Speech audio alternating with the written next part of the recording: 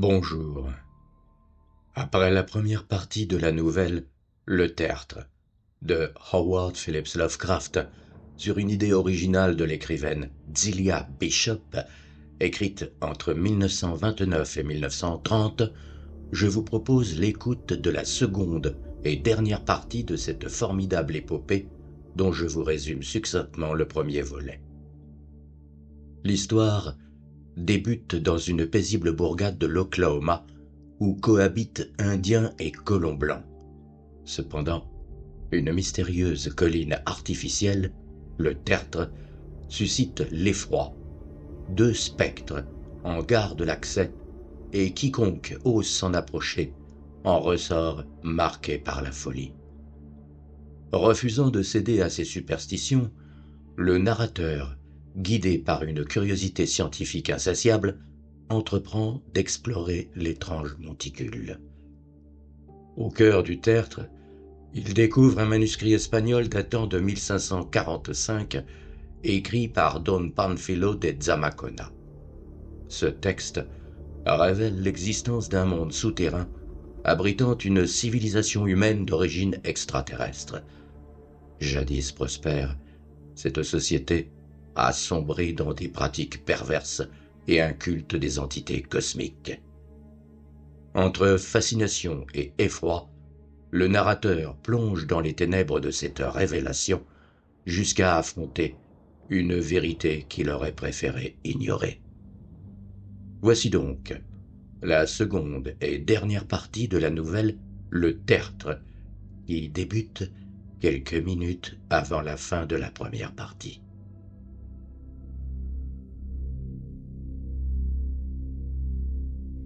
Démons et merveilles, Michael Darjoy.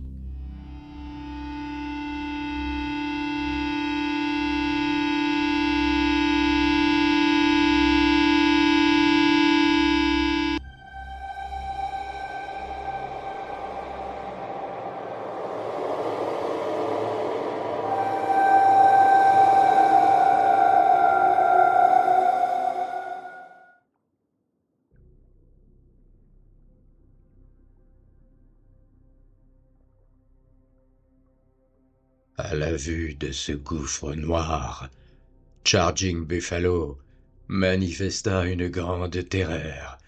Il laissa tomber en grande hâte son paquet de ravitaillement. Il avait pourvu Zamacona d'une bonne quantité de torches résineuses et de vivres. Il l'avait guidé honnêtement et bien.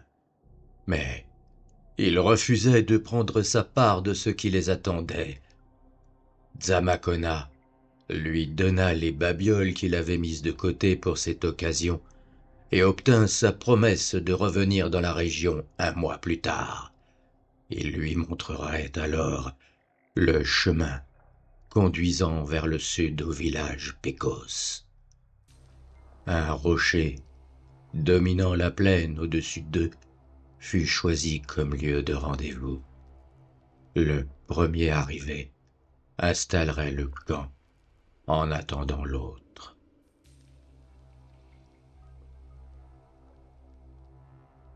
Dans le manuscrit, Zamacona exprime un étonnement mêlé d'un vague regret pour la faculté qu'avait l'Indien d'attendre au rendez-vous, car lui-même n'aurait jamais pu en faire autant. Au dernier moment, Charging Buffalo essaya de le dissuader de faire son plongeon dans les ténèbres, mais il ne tarda pas à voir l'inutilité de ses efforts, et il lui fit du geste des adieux stoïques. Avant d'allumer sa première torche et de passer par l'ouverture avec son sac lourdement chargé, l'Espagnol regarda la forme élancée de l'Indien qui grimpait rapidement et avec un certain soulagement au milieu des arbres. Son dernier lien avec le monde était rompu. Cependant, il ne savait pas qu'il ne verrait plus jamais aucun être humain au vrai sens du terme. Zamacona ne ressentit aucune prémonition fâcheuse immédiate en entendant ce passage de mauvais augure, bien qu'ayant été dès le début environné d'une atmosphère bizarre et malsaine. Le passage, légèrement plus haut et plus large que l'ouverture, était, sur bien des yards, un tunnel horizontal de maçonnerie gigantesque, au sol pavé de lourdes pierres plates, ornées de sculptures grotesques sur granit et de blocs de grès sur les parois et sur le plafond. Les sculptures devaient être en vérité repoussantes et terribles, à en juger par la description de Zamakona. D'après lui, elles avaient trait pour la plupart à ces deux êtres monstrueux, Ig et Tulu. Elles ne ressemblaient à rien de ce que l'aventurier avait jamais vu auparavant, mais il ajoutait que, de tout ce qu'on pouvait voir dans le monde extérieur, ce qui s'en rapprochait le plus, c'était l'architecture indienne du Mexique. Au bout d'une certaine distance, le tunnel commençait à plonger rapidement et des rochers naturels irréguliers apparaissaient des deux côtés. Le passage ne semblait artificiel que partiellement, et la décoration se limitait à des cartouches de place en place ornées de bas-reliefs grotesques. À la suite d'une énorme descente dont, à certains endroits, le côté abrupt donnait naissance à un grave danger de glissade et de dégringolade, le passage devenait excessivement incertain dans sa direction et variable dans son tracé. À certains moments, il se rétrécissait au point de n'être plus qu'une fente ou bien il était si bas qu'il devenait nécessaire de s'accroupir et même de ramper, tandis qu'à d'autres, il s'élargissait au point de constituer des cavernes de bonne dimension ou des suites de cavernes. La main de l'homme, c'était visible, n'était intervenue que peu dans cette partie du tunnel. Cependant, à l'occasion, un cartouche sinistre, un hiéroglyphe sur la paroi ou un passage latéral bloqué venait rappeler à Zamakona que c'était en vérité la grande route oubliée depuis des siècles menant à un univers incroyable et primitif de choses vivantes. Pendant 3 jours, autant qu'il ait pu s'en rendre compte, Panfilo de Zamakona joua des pieds et des mains pour monter, descendre, aller à gauche, à droite, en cercle, mais toujours, en définitive, pour s'enfoncer vers la sombre région de la nuit paléogène. De temps en temps, il entendait un être secret des ténèbres marcher à petits pas précipités ou s'élever d'un coup d'aile sur son passage, et dans une autre occasion seulement, il entrevit une énorme chose décolorée qui le fit trembler. La qualité de l'air était la plupart du temps très tolérable, bien qu'il ait rencontré par moments des régions fétides, tandis qu'une grande caverne hérissée de stalactites et de stalagmites entretenait une humidité déprimante. Cette caverne, lorsque Charging Buffalo y était parvenu, avait été pour lui une barrière sérieuse. Depuis, les dépôts de calcaire, accumulés au cours des siècles, avaient fait se dresser de nouvelles colonnes sur le chemin des tout premiers habitants des gouffres. Cependant, l'Indien avait frayé un passage, si bien que Zamakona ne rencontra aucun obstacle. Il était inconsciemment réconforté de pouvoir se dire que quelqu'un d'autre, venant du monde extérieur, était déjà passé par là, et les minutieuses descriptions de l'Indien avaient supprimé pour lui l'élément de surprise et d'inattendu.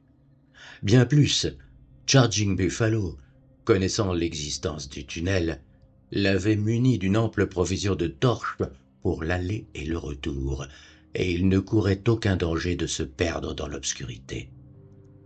Zamakona campa à 2 reprises. Il fit chaque fois un feu dont la fumée parut être convenablement emportée par la ventilation naturelle. Au moment qu'il considérait comme étant la fin du 3e jour, bien que sa chronologie, au juger dont il paraît si sûr, ne mérite en aucun cas la confiance qu'il lui porte, Zamakona se trouva en face de la prodigieuse descente et de la montée également prodigieuse qui lui faisait suite et que Charging Buffalo décrit comme étant la dernière partie du tunnel. En certains points du début, des traces d'une amélioration artificielle étaient décelables, et à plusieurs reprises, la pente rapide avait été rendue plus facile à gravir grâce à des marches grossièrement taillées. La torche faisait apparaître de plus en plus de sculptures sur les parois, et finalement, la lueur donnée par la résine parut se mêler à une lumière plus faible et plus diffuse. C'était le moment où Zamakona remontait après avoir descendu le dernier escalier. À la longue, l'ascension prit fin et un passage horizontal de maçonnerie artificielle avec des blocs sombres de basalte s'ouvrit droit devant lui. Il n'avait plus besoin de torche à présent, car toute l'atmosphère irradiait une lumière bleuâtre quasi électrique qui vacillait comme celle d'une aurore boréale. C'était l'étrange lumière du monde de l'intérieur qu'avait décrite l'Indien. Un moment après, Zamakona sortait du tunnel pour se trouver sur une pente rocheuse et nue qui montait au-dessus de lui jusqu'à un ciel impénétrable, foisonnant de coruscations bleuâtres, et descendait vertigineusement au-dessous de lui jusqu'à une plaine apparemment illimitée, ensevelie dans une brume également bleuâtre. Il était enfin parvenu au monde inconnu et, d'après son manuscrit, il est clair qu'il passa en revue ce paysage sans forme avec autant de fierté et d'exaltation qu'en éprouvait son compatriote Balboa, embrassant du regard, du haut du pic inoubliable de Darien, le Pacifique qu'il venait de découvrir. Arrivé en cet endroit, Charging Buffalo avait fait demi-tour, mu par la terreur de quelque chose qu'il n'avait décrit que vaguement et évasivement, comme un troupeau de vilaines bêtes qui n'étaient ni des chevaux, ni des buffles, mais qui ressemblaient aux montures chevauchées la nuit par les esprits du tertre. Et Zamakona, lui, ne pouvait pas être détourné par de pareilles vétilles. Au contraire, il était gagné par une étrange fierté, car il avait assez d'imagination pour savoir ce que cela signifiait d'être seul dans un monde inférieur, inexplicable, et dont l'existence n'était soupçonnée par aucun autre homme blanc. Le sol de cette grande colline, qui remontait derrière lui et qui descendait en pente raide devant lui, était d'un gris sombre, semé de rochers, dépourvu de végétation et probablement d'origine basaltique, avec en outre quelque chose qui l'apparentait à un autre monde et qui donnait à Zamakona l'impression d'être un intrus sur une planète inconnue. La vaste plaine qui s'étendait très loin, à des milliers de pieds devant lui, ne présentait aucun accident de terrain qu'il pût distinguer, principalement en raison du fait qu'elle paraissait voilée sur une grande surface par une vapeur bleuâtre faisant des volutes. Mais l'aventurier n'était pas tant impressionné par la plaine, la colline, le nuage, que ce ciel aux coruscations bleues et lumineuses. Il éprouvait la sensation de se trouver en face d'un mystère et d'une merveille suprême. Il n'aurait pas pu dire ce qui pouvait créer ce ciel à l'intérieur d'un monde. Il avait entendu parler des aurores boréales. Il en avait même vu une ou deux. Il arriva à la conclusion que cette lumière souterraine était vaguement apparentée à ce phénomène. Un point de vue que les modernes peuvent parfaitement partager. On peut cependant supposer avec quelque vraisemblance que la radioactivité y joue aussi un rôle. Derrière Zamakona, l'entrée du tunnel qu'il venait de suivre était comme un gouffre sombre, encadré par une porte de pierre ressemblant beaucoup à celle qu'il avait franchie en quittant le monde du dessus, sauf que celle-ci était en basalte gris noirâtre au lieu d'être, comme l'autre, faite de grès rouge. Il y avait d'abominables sculptures, très bien conservées, répliques peut-être de celles du portail extérieur que le temps avait largement dégradé. L'absence d'érosion dans l'endroit où il se trouvait maintenant plaidait en faveur d'un climat sec et tempéré.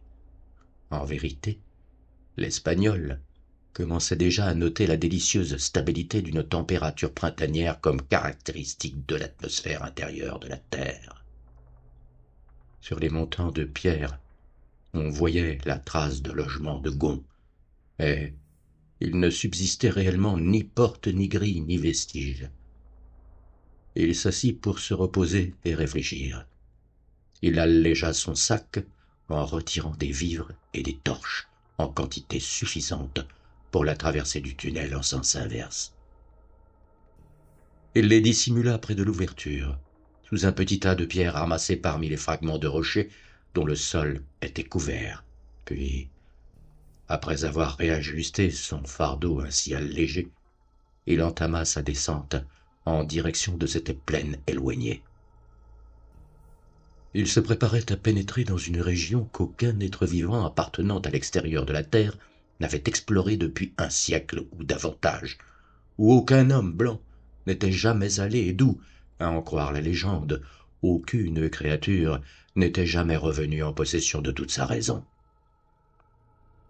Dhammakona descendait à grands pas alerte la pente raide, interminable. Son avance était parfois gêné à cause des débris de roches qui le faisaient trébucher ou de la descente trop rapide.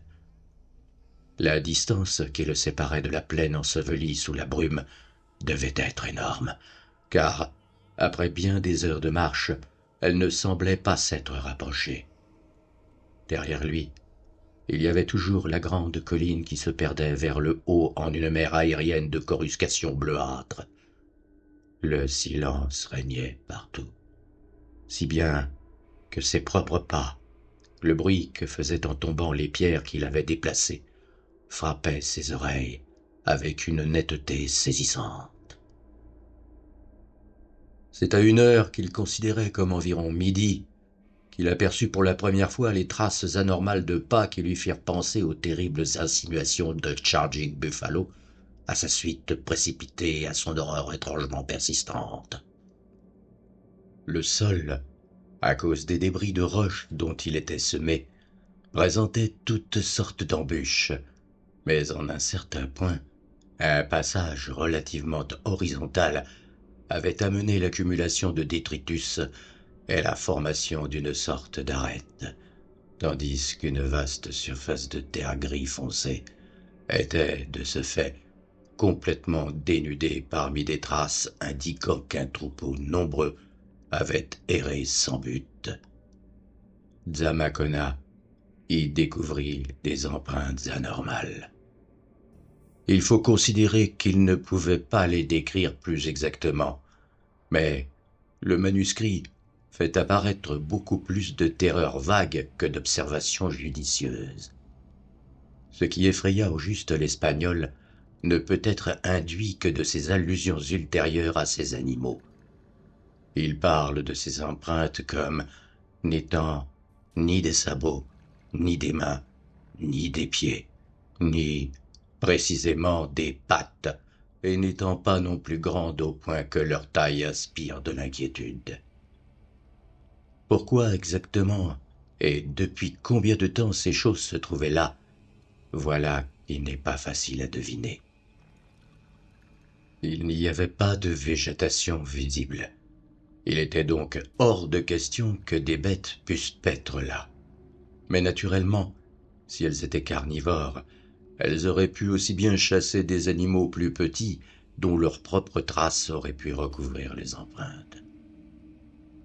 En se retournant sur ce plateau pour examiner les hauteurs dominantes, Dhammakona crut déceler les traces d'une grande route en lacets qui avait autrefois mené du tunnel à la plaine au-dessous.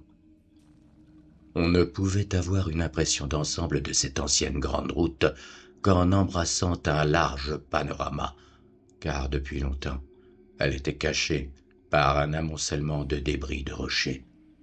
Mais l'aventurier n'en avait pas moins la certitude qu'elle avait existé. Probablement, cela n'avait jamais été une grande route soigneusement pavée, car le tunnel plus petit, auquel elle aboutissait, ne ressemblait guère à une grande avenue conduisant au monde extérieur.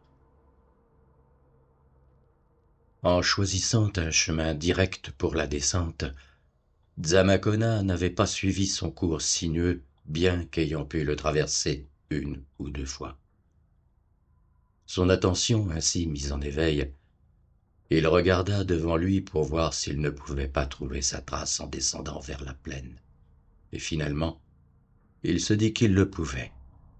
Il résolut d'en examiner la surface la prochaine fois qu'il la traverserait, et peut-être de continuer à la suivre jusqu'au bout de son trajet s'il pouvait le distinguer.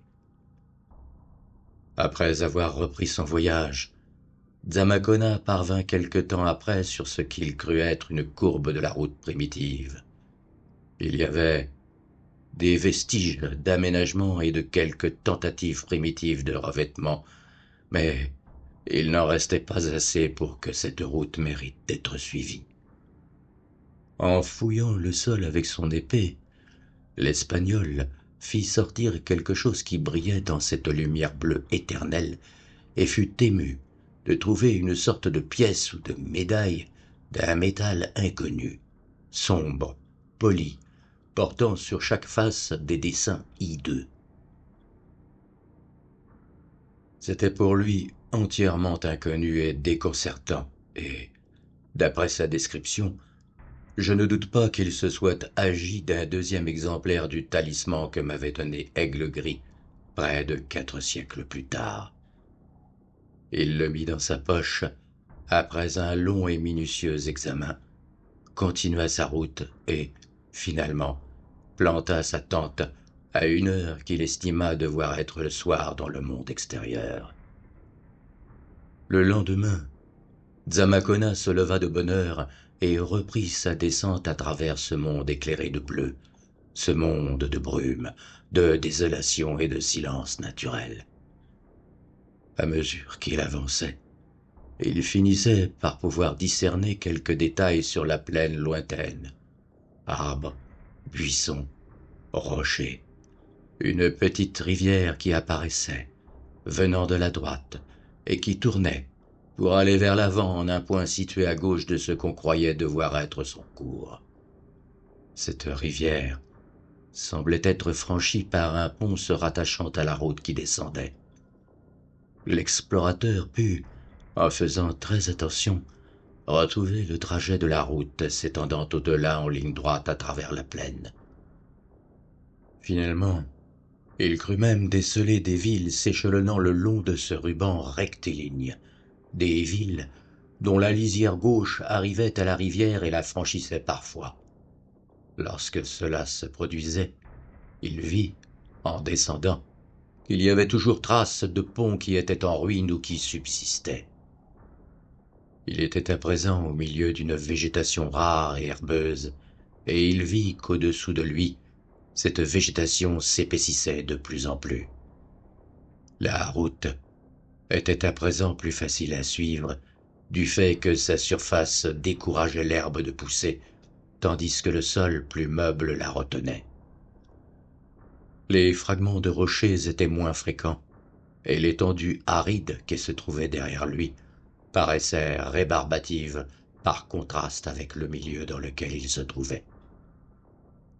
C'est ce jour-là qu'il vit la masse indécise se déplacer sur la plaine éloignée.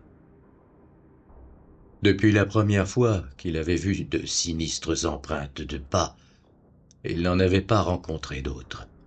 Mais il y avait dans cette masse qui se déplaçait lentement et délibérément quelque chose de particulier qui le rendit malade. Il n'y avait qu'un troupeau de ruminants pour se déplacer exactement de la sorte, et après avoir vu les empreintes, il n'éprouvait nullement le désir de rencontrer les êtres qui les avaient laissés. Cependant, la masse en mouvement n'était pas proche de la route, et sa curiosité, sa rapacité à l'égard de cet or fabuleux était grande. En outre, qui pourrait réellement juger d'après les empreintes vagues, embrouillées ou d'après les déclarations déformées par la terreur d'un Indien ignorant. En s'écarquillant les yeux pour examiner cette masse mouvante, Dzamakona s'aperçut de plusieurs autres choses intéressantes. D'abord, certaines parties de ce qui était des villes, il n'y avait plus à s'y tromper, scintillaient curieusement dans la lumière bleue voilée. Autre constatation, en dehors des villes, plusieurs des structures, scintillant de la même manière mais plus isolées, s'échelonnaient çà et là le long de la route et sur la surface de la plaine. Elles paraissaient nichées dans les bouquets de végétation, et celles qui se trouvaient à l'écart de la route lui étaient reliées par de petites avenues. Aucun signe de vie, aucune fumée n'était visible dans l'entourage d'aucune des villes ni des bâtiments. Finalement, Dzamakona s'aperçut que la plaine n'avait pas une surface indéfinie, bien que les brumes bleues qui la dissimulaient à moitié eussent pu le laisser supposer. Elle était limitée au loin par une rangée de collines basses, en direction d'une brèche à laquelle semblaient conduire le fleuve et la route. Tout cela, en particulier le scintillement de certains clochetons dans les villes, était devenu très brillant lorsque Dzamakona avait planté son second camp dans le courant de la journée où brillait sans fin une lumière bleue. Il remarqua de même les nuées d'oiseaux qui volaient très haut, mais il ne pouvait reconnaître clairement l'espèce à laquelle ils appartenaient.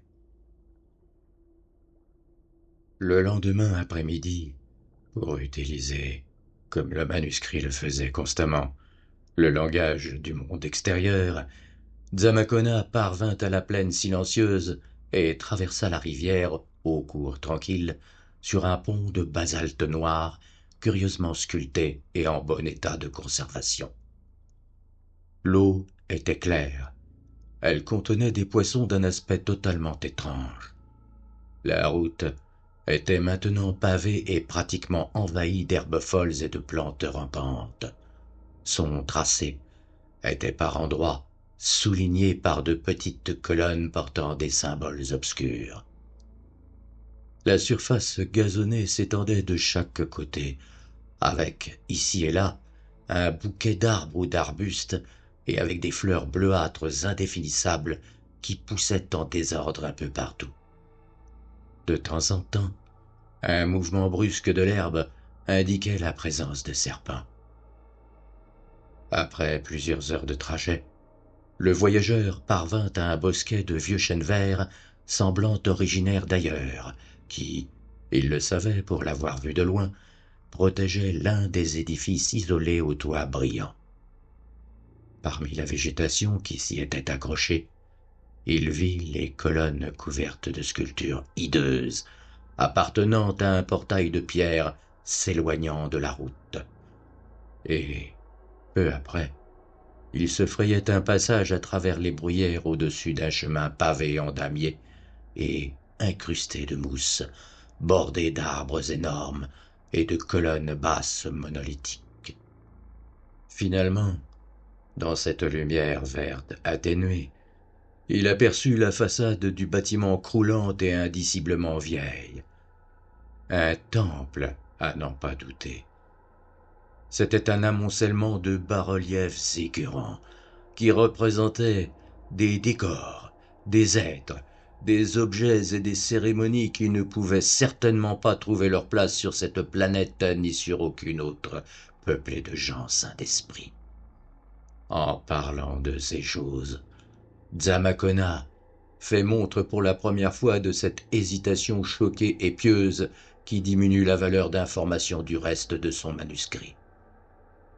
Nous ne pouvons nous empêcher de regretter que le fanatisme catholique de la Renaissance espagnole ait si complètement imprégné sa pensée et ses sentiments. La porte de l'édifice était grande ouverte. L'intérieur, qui ne comportait pas de fenêtre, était plongé dans une complète obscurité. Dzamakona maîtrisa la répugnance qu'avaient fait naître en lui les sculptures murales, sortit son briquet, alluma une torche lumineuse, écarta le rideau formé par les plantes grimpantes et franchit hardiment le seuil inquiétant. Ce qu'il vit le plongea pendant un moment dans une stupéfaction totale. Ce n'était pas la poussière et les toiles d'araignées accumulées pendant des siècles, le volettement de choses ailées, les sculptures murales à hurler d'horreur, la forme bizarre de nombreux bassins et brasiers, le sinistre autel en forme de pyramide creuse à sa partie supérieure, ou la chose monstrueuse à tête de pieuvre faite d'un métal étrange, sombre, qui le regardait, accroupie, somnolente sur son piédestal orné de hiéroglyphes, qui lui ôtèrent même la possibilité de pousser un cri de surprise. Ce n'était rien d'aussi surnaturel que tout cela, mais simplement le fait que, exception faite de la poussière, des toiles d'araignée, des choses ailées et de la gigantesque idole à l'œil d'émeraude, chaque parcelle de matière qu'on apercevait était de l'or pur et incontestablement massif. Même le manuscrit, rédigé après que Zamakona eut appris que l'or est le métal de construction le plus répandu dans ce monde intérieur, qui en contient des filons et des veines inépuisables, reflète l'excitation frénétique dont fut pris le voyageur en tombant soudain sur la véritable source de toutes les légendes indiennes des villes d'or. Pendant un instant, il perdit la possibilité de se livrer à une observation détaillée, mais ses facultés lui revinrent quand il sentit une secousse caractéristique dans la poche de son pourpoint. En remontant à la source de cette impression, il se rendit compte que le disque de métal étrange qu'il avait trouvé sur la route abandonnée était vivement attiré par la grande idole à tête de pieuvre et à l'œil d'émeraude, juchée sur son piédestal. Il savait désormais qu'elle était faite du même métal inconnu, venu d'ailleurs. Il devait apprendre par la suite que cette curieuse substance magnétique, aussi étrangère au monde intérieur qu'au monde extérieur des hommes, est le seul métal précieux existant dans les gouffres éclairés par la lumière bleue. Personne ne sait ce que c'est, ni où on le trouve dans la nature. La quantité qui existe sur cette planète a été apportée en même temps que le peuple que le grand Toulou, le dieu à tête de pieuvre, a amené sur la terre. Sa seule source connue était certainement un stock d'objets fabriqués existant antérieurement, en particulier un grand nombre d'idoles cyclopéennes. On n'a jamais pu le situer ni l'analyser, et même son magnétisme ne s'exerce qu'à l'égard de lui-même. C'était le métal rituel suprême du peuple caché. Son usage était réglementé par la coutume, de telle manière que ses propriétés magnétiques ne puissent causer aucun inconvénient. Un alliage très légèrement magnétique de ce métal avec des métaux de base tels que le fer, l'or, l'argent, le cuivre ou le zinc a constitué la seule base monétaire du peuple caché pendant une certaine période de son histoire. Les réflexions de Zamakona sur cette étrange idole et son magnétisme furent interrompues par une terrible poussée de terreur. Pour la première fois dans ce monde silencieux, il entendit un roulement très net et qui, évidemment, se rapprochait. Et il n'y avait pas à se tromper sur cette nature. C'était un troupeau de grands animaux qui chargeaient dans un bruit de tonnerre. En se rappelant la panique de l'Indien, les empreintes de pas et la masse mouvante aperçue au loin, l'Espagnol eut un frisson de terreur anticipée. Il n'analysa pas sa position ou la signification de cette ruée d'animaux volumineux, mais il céda simplement à un besoin élémentaire de protection. Les troupeaux qui chargent ne s'arrêtent pas pour trouver des victimes dans des lieux obscurs et, sur la terre extérieure, Dzamakona n'aurait été que peu ou pas du tout inquiété dans un édifice aussi massif et protégé par un bosquet. Cependant, quelque instinct faisait naître en lui une profonde terreur très particulière. Il regardait autour de lui avec une extrême nervosité pour chercher des moyens de se mettre à l'abri. Il n'y avait aucun refuge utilisable dans ce vaste intérieur doré. Il eut l'impression qu'il devait fermer la porte inutilisée depuis longtemps, qui était toujours suspendue à ses gonds d'autrefois et rabattue sur le mur intérieur. Des détritus, les plantes grimpantes, la mousse du dehors avaient pénétré par l'ouverture, si bien qu'il dut se servir de son épée pour se frayer un passage jusqu'au grand portail d'or. Mais il réussit à faire ce travail très rapidement, mu par la peur que lui causait le bruit qui se rapprochait.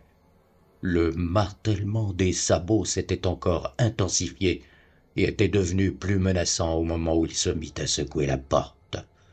Et pendant un moment, ses craintes atteignirent une intensité délirante à mesure que diminuait l'espoir de décoller la porte dont le métal était encrassé depuis des siècles. Enfin, avec un grincement, la porte commença à répondre aux efforts qu'il déployait avec une vigueur juvénile. Il s'ensuivit une suite de tractions et de poussées. Le succès arriva enfin, au milieu du grondement des sabots invisibles martelant le sol. La lourde porte d'or se ferma, laissant Dzamakona dans une obscurité complète, à l'exception d'une torche unique allumée, coincée dans un trépied supportant une vasque. Il y avait un loquet, et l'homme, effrayé, rendit grâce à son saint patron parce qu'il fonctionnait encore. Le fugitif ne connut la suite que par les bruits qu'il entendit. Quand le grondement devint très proche, il prit la forme de pas distincts, comme si le bosquet de chênes verts avait obligé le troupeau à ralentir son allure et à se disperser. Mais les pieds continuaient à s'approcher, et il devint évident que les bêtes s'avançaient au milieu des arbres et entouraient les murs du temple aux sculptures hideuses. Dzamakona trouva quelque chose de très alarmant et de déroutant dans leur façon curieuse de choisir délibérément cet itinéraire. Il n'aimait pas non plus les bruits de pas traînants qui s'entendaient même à travers les épais murs de pierre et la lourde porte d'or. La porte grinça une fois d'une manière sinistre sur ses gonds archaïques, comme si elle avait eu à subir une forte poussée, mais, par bonheur, elle résista. Alors, après un intervalle qui lui parut interminable, il entendit des pas qui se retiraient, et il se rendit compte que ses visiteurs inconnus s'en allaient. Comme les troupeaux ne paraissaient pas très nombreux, il aurait peut-être été sans danger de s'aventurer dehors au bout d'une demi-heure, et même plus tôt, mais Dzamakona ne prenait pas de risque. Il ouvrit son paquetage, prépara son camp sur le sol du temple pavé de tuiles dorées. La grande porte était toujours fermée à titre de précaution contre tous ceux qui pouvaient venir. Ensuite, il sans un sommeil plus profond que tout ce qu'il aurait pu connaître dehors, dans les espaces éclairés à la lumière bleue. Il ne s'occupa même pas de la masse infernale à tête de pieuvre du grand Toulou, fait d'un métal inconnu et regardant avec des yeux de poisson d'un ver de mer, accroupi dans l'obscurité au-dessus de lui, sur son piédestal couvert de hiéroglyphes monstrueux. Plongé dans l'obscurité pour la première fois depuis qu'il avait quitté le tunnel, Dzamakona dormit profondément et longtemps. Il dut faire mieux que récupérer le sommeil qui lui avait manqué lors de ses 2 campements précédents, lorsque la lumière, irradiée sans interruption par le ciel, l'avait maintenu éveillé, malgré sa fatigue, car une grande distance était couverte par ces autres êtres vivants, tandis qu'il reposait, plongé dans un salutaire sommeil sans rêve. Il était bon qu'il dorme profondément. En effet, quand il aurait repris conscience, il allait devoir affronter bien des choses étranges. Ce qui finit par réveiller Dzamakona, ce furent des coups frappés à la porte comme un roulement de tonnerre qu'il aurait d'abord entendu dans ses rêves, puis il dispersa les dernières brumes de l'hébétude dès qu'il eut compris ce que c'était. Il n'y avait pas d'erreur possible. Ces coups, bien nets, péremptoires, avaient une origine humaine. Ils étaient apparemment donnés avec un objet métallique, sous l'impulsion d'une pensée consciente ou d'une volonté. Au moment où l'homme, en train de se réveiller, se mettait péniblement sur ses pieds, le son d'une voix aiguë vint compléter la mise en scène. C'était prononcé d'une manière qui ne manquait pas d'une certaine musicalité, une formule que le manuscrit tente de transcrire ainsi. Oxy, Oxy, Ginat Khan Ika Relax. Considérant comme certain que ses visiteurs étaient des hommes et non des démons, et se disant qu'il n'avait aucune raison de les considérer comme un ennemi, Dzamakona décida de les affronter ouvertement et sur le champ. En conséquence, il manipula le loquet antique jusqu'à ce que la porte d'or s'ouvre en grinçant sous la poussée de ceux qui se trouvaient à l'extérieur. Tandis que pivotait le lourd portail, Dzamakona se trouva en face d'un groupe d'une vingtaine d'individus dont l'aspect n'avait rien d'inquiétant. Ils avaient l'air d'Indiens, bien que leurs robes, leurs ornements et leurs armes, pleins de goût, n'aient pas rassemblé à ce qu'il avait pu voir dans la tribu de l'autre monde. Quant à leur visage, ils présentaient bien des différences subtiles avec le type indien. Une chose était claire, c'était qu'ils n'avaient aucune intention de se montrer hostiles sans motif, car, au lieu de le menacer d'une façon quelconque, ils se contentèrent de le sonder du regard d'un air attentif et significatif, comme s'ils avaient espéré ainsi établir entre eux une sorte de communication. Plus se prolongeait cet examen, plus il avait l'impression d'en apprendre sur leur compte et sur la nature de leur mission, car, bien que personne n'ait parlé depuis leur injonction ayant précédé l'ouverture de la porte, il se rendait compte peu à peu qu'ils étaient venus de la grande ville se trouvant au-delà de ces collines peu élevées, montés sur des animaux et que c'était précisément ceux-ci qui les avaient avisés de sa présence. Il comprenait aussi qu'ils ne savaient pas au juste à quelle catégorie d'hommes il appartenait, ce qu'il était venu faire en ces lieux, mais qu'ils avaient une certitude, ils devaient avoir un rapport avec ce monde extérieur dont ils avaient de très vagues souvenirs et qu'ils visitaient parfois au cours de rêves étranges. Il ne pouvait pas expliquer comment il avait pu lire tout cela dans le regard de 2 ou 3 chefs. Cependant, il apprit pourquoi quelques instants après. En attendant, il essaya de s'adresser à ses visiteurs en dialecte Wichita dont Charging Buffalo lui avait appris des rudiments. N'ayant pas réussi à obtenir une réponse parlée, il fit la même épreuve successivement avec l'aztèque, l'espagnol, le français, le latin. Il ajouta même des bribes estropiées de grec, de galicien, de portugais et du patois de sa patrie, les Asturies, qui lui revenaient en mémoire. Mais tous cet attirail polyglotte, la totalité de son stock linguistique, fut encore incapable de provoquer une réponse. Cependant, après qu'il se fut arrêté, plongé dans la perplexité, l'un des visiteurs se mit à parler dans une langue entièrement inconnue et assez fascinante, dont, par la suite, l'espagnol eut toutes sortes de difficultés à transcrire les sons.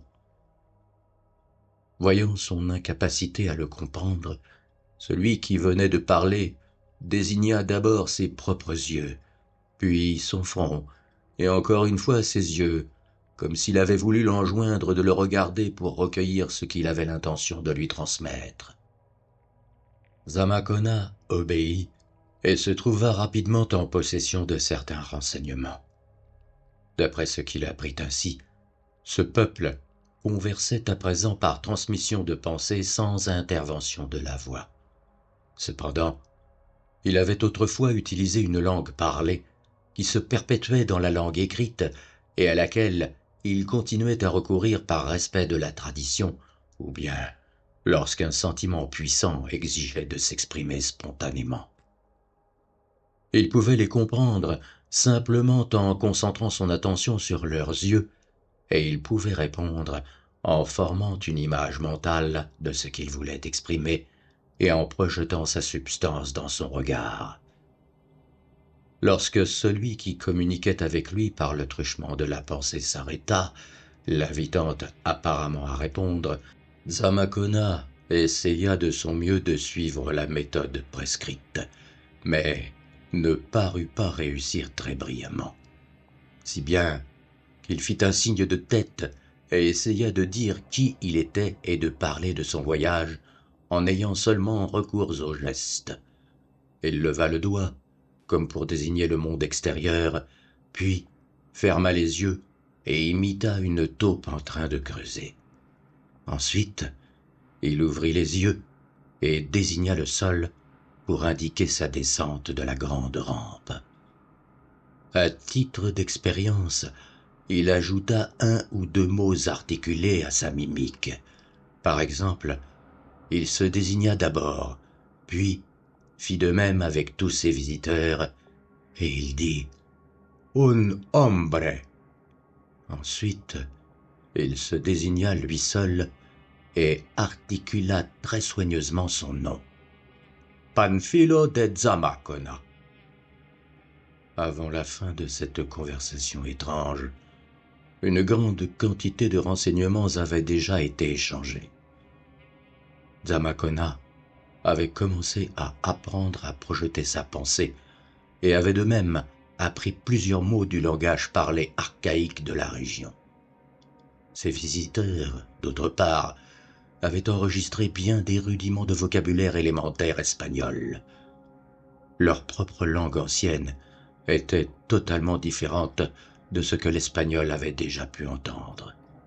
Cependant, bien longtemps après, il s'était trouvé sur le point d'aller imaginer qu'elle avait une parenté extrêmement lointaine avec l'aztèque, comme si cette langue en avait été une corruption très avancée ou avait présenté les traces d'une infiltration très subtile de mots empruntés. Le monde souterrain, comme l'abri de Zamacona, portait un nom antique enregistré dans le manuscrit comme Sinayen, mais qui, d'après les explications complémentaires et les signes diacritiques du rédacteur, serait probablement mieux figuré pour des oreilles anglo-saxonnes par le phonème Knyan. Il n'y a rien de surprenant à ce que cet entretien préliminaire n'ait pas été au-delà des points essentiels, mais ceci était de la plus haute importance. Zamacona apprit que le peuple de Knyan était d'une antiquité presque infinie, et qu'il était venu d'une région lointaine de l'espace où les conditions physiques ressemblent beaucoup à celles de la Terre. Tout cela était naturellement entré à présent dans le domaine de la légende, et on n'était pas en mesure de dire quelle part de vérité elle contenait, jusqu'où allait en réalité le culte voué à cet être à tête de pieuvre qu'on appelait Toulouse, qui, suivant la tradition, les avait amenés jusque-là et qui continuait à être vénéré pour des motifs d'ordre esthétique. Mais il connaissait l'existence du monde extérieur. Il constituait en réalité la souche d'origine qui l'avait peuplé dès que la croûte terrestre avait commencé à permettre de s'y établir. Entre les ères glaciaires, ils avaient connu à la surface de la Terre des civilisations remarquables, en particulier celle qui se développa à proximité du pôle sud, près de la montagne Kadat. À une certaine époque infiniment éloignée dans le passé, la plus grande partie du monde extérieur s'était enfoncée sous l'océan, si bien qu'il n'y eut bientôt plus que quelques réfugiés pour donner des nouvelles de Knian. Cela était sans aucun doute dû au courroux des démons de l'espace, hostiles à la fois aux hommes et aux dieux des hommes, car il y avait des rumeurs concernant une submersion infiniment antérieure, ayant englouti les dieux eux-mêmes, y compris le grand Toulouse, qui était encore prisonnier et en train de rêver dans les souterrains envahis d'eau de Relex, la ville à moitié cosmique. Aucun homme qui n'est pas esclave des démons de l'espace, prétendait-on, ne pouvait vivre longtemps sur la terre extérieure, et on était persuadé que tous les êtres qui y restaient devaient avoir des contacts maléfiques. En conséquence, les relations avec les pays du soleil et de la lumière des étoiles avaient été brusquement coupées. Les accès souterrains de Knian, ou du moins ceux dont on pouvait se souvenir, étaient bloqués ou soigneusement gardés, et tous les intrus étaient traités comme des espions et des ennemis dangereux. Mais cela remontait loin. À mesure que les siècles passaient, il y eut de moins en moins de visiteurs pour Knian et bientôt, les sentinelles cessèrent d'être maintenues aux accès qui furent débloqués. Les masses populaires oublièrent, sauf ce qui subsistait à travers des souvenirs déformés, des mythes et quelques rêves très singuliers, l'existence même d'un monde extérieur. Tandis que les gens cultivés ne cessaient jamais de se rappeler les faits essentiels. Les derniers visiteurs qui aient jamais été signalés, il y a des siècles, n'avaient même pas été traités en espions des démons. On avait depuis longtemps cessé d'ajouter créance aux vieilles légendes. On les avait questionnés avec insistance sur les fabuleuses régions de l'extérieur, car, à Knian, la curiosité scientifique était vive. Les mythes, les souvenirs, les rêves, les fragments historiques concernant la surface de la Terre avaient souvent tenté les savants et les avaient amenés à deux doigts d'entreprendre une expédition, mais, jusqu'ici, ils n'en avaient pas eu l'audace. La seule chose qu'on demandait à de tels visiteurs, c'était de s'abstenir de s'en retourner et d'aller informer le monde extérieur de l'existence véritable de Knian. Car, après tout, on ne pouvait pas être sûr de ces pays de l'extérieur. Ils convoitent l'or et l'argent. Ils pourraient se révéler comme des intrus extrêmement gênants. Ceux qui avaient obéi à cette injonction avaient vécu heureux, bien que malheureusement peu de temps, et avaient dit sur leur monde extérieur tout ce qu'ils pouvaient dire, assez peu cependant, car les comptes rendus étaient si fragmentaires et si contradictoires qu'on ne pouvait guère savoir ce qu'il fallait croire et ce qu'il fallait mettre en doute. On souhaitait qu'il en vienne davantage. Quant à ceux qui avaient désobéi et tenté de s'échapper, il leur était arrivé des choses désagréables. Zamakona lui-même était le bienvenu, car il paraissait être un homme de tout premier ordre et en savoir sur le monde extérieur beaucoup plus que ceux qui étaient venus avant lui et dont on avait conservé le souvenir. Il pouvait leur en apprendre beaucoup, et il espérait qu'il prendrait son parti d'être contraint de rester là sa vie durant. Bien des choses que Zamakona apprit sur Knian au cours de cette première conversation le laissèrent sans voix. Il sut par exemple que, pendant les quelques millénaires qui venaient de s'écouler, on était venu à bout du problème de la vieillesse et de la mort. Les hommes ne voyaient décliner leurs forces et ne mouraient qu'à la suite de violences ou parce qu'ils le désiraient. En se rendant maître du système, on pouvait rester aussi jeune qu'on le désirait au point de vue physiologique et même devenir immortel. Et la seule raison pour laquelle ils acceptaient de vieillir, c'était la sensation agréable que cela leur procurait dans un monde où sévissaient la stagnation et la banalité. Ils pouvaient facilement redevenir jeunes quand l'envie leur en prenait.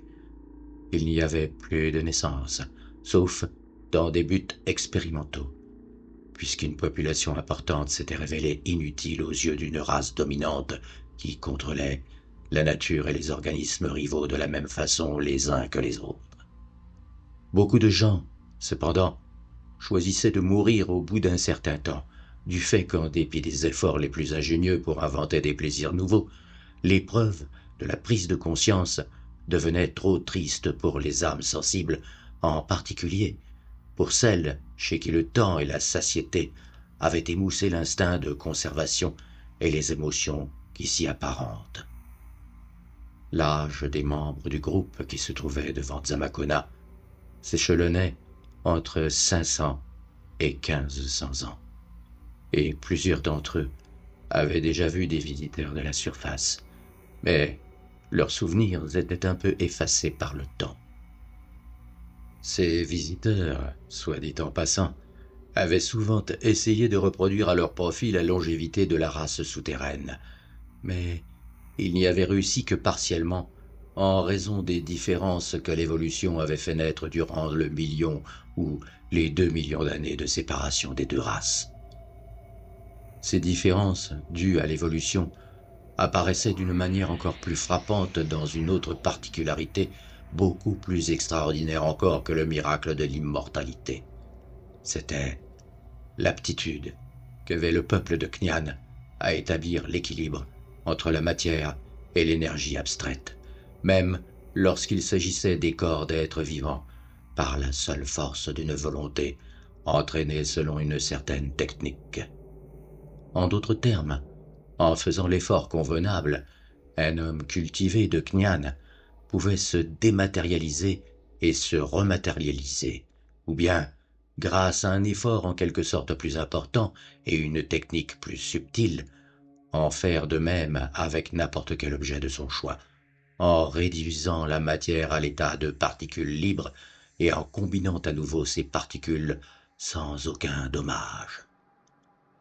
Si Zamakona n'avait pas répondu au coup frappé à la porte par ses visiteurs, il aurait pu voir la chose s'opérer d'une façon parfaitement déconcertante, car c'était seulement l'effort à fournir et la complication du procédé qui avaient retenu les 20 hommes de passer en chair et en os à travers la porte d'or, sans même prendre la peine de frapper. Cet art était beaucoup plus ancien que celui de la vie perpétuelle, et il pouvait être enseigné jusqu'à un certain point, mais cependant pas jusqu'à la perfection à n'importe quelle personne intelligente. Dans les siècles passés, des rumeurs concernant cette question avaient touché le monde extérieur. Elles survivaient dans les traditions secrètes et les légendes concernant les fantômes. Les hommes de Knyan s'étaient amusés des contes primitifs et imparfaits sur les esprits que leur avaient apportés les transfuges du monde extérieur. Dans la vie pratique, ce principe avait certaines applications industrielles, mais était en général négligé à cause de l'absence d'un stimulant poussant à son emploi. La forme principale sous laquelle il survivait avait un rapport avec le sommeil lorsque, dans un but d'excitation, bien des connaisseurs en rêve y ont recours pour raviver les couleurs de leur vagabondage de visionnaire. À l'aide de cette méthode, certains rêveurs rendaient même des visites à moitié matérielles à un étrange royaume nébuleux de tertres et de vallées éclairées d'une lumière changeante dont quelques-uns croyaient que c'était le monde extérieur oublié.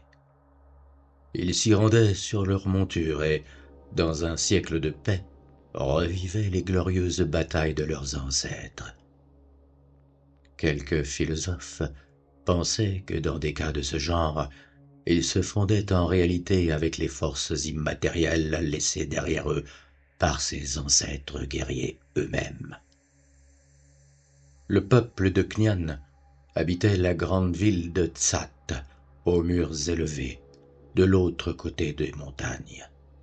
Autrefois, plusieurs races avaient habité l'intégralité du monde souterrain qui s'étendait jusqu'à d'insondables abysses et qui, outre la région à la lumière bleue, comportait une région éclairée par une lumière rouge appelée Yot, où des reliques d'une race non humaine et encore plus ancienne ont été découvertes par des archéologues. Dans le cours des siècles, cependant, l'homme de Tsat avait soumis les autres habitants et les avait réduits en esclavage. Il les avait croisés avec certains quadrupèdes à cornes de la région à la lumière rouge, dont les connaissances semi-humaines étaient très particulières et qui, tout en comportant un certain élément créé artificiellement, pouvaient être plus ou moins les descendants dégénérés des êtres qui avaient laissé ces vestiges très anciens. Les siècles passant, les inventions mécaniques rendant la vie extrêmement facile, il se produisit une concentration de la population dans la ville de Tsat, si bien que le reste de Khnian devint relativement désert. Il était plus facile de vivre dans un seul endroit, et il n'y avait pas de raison pour conserver une population envahissante.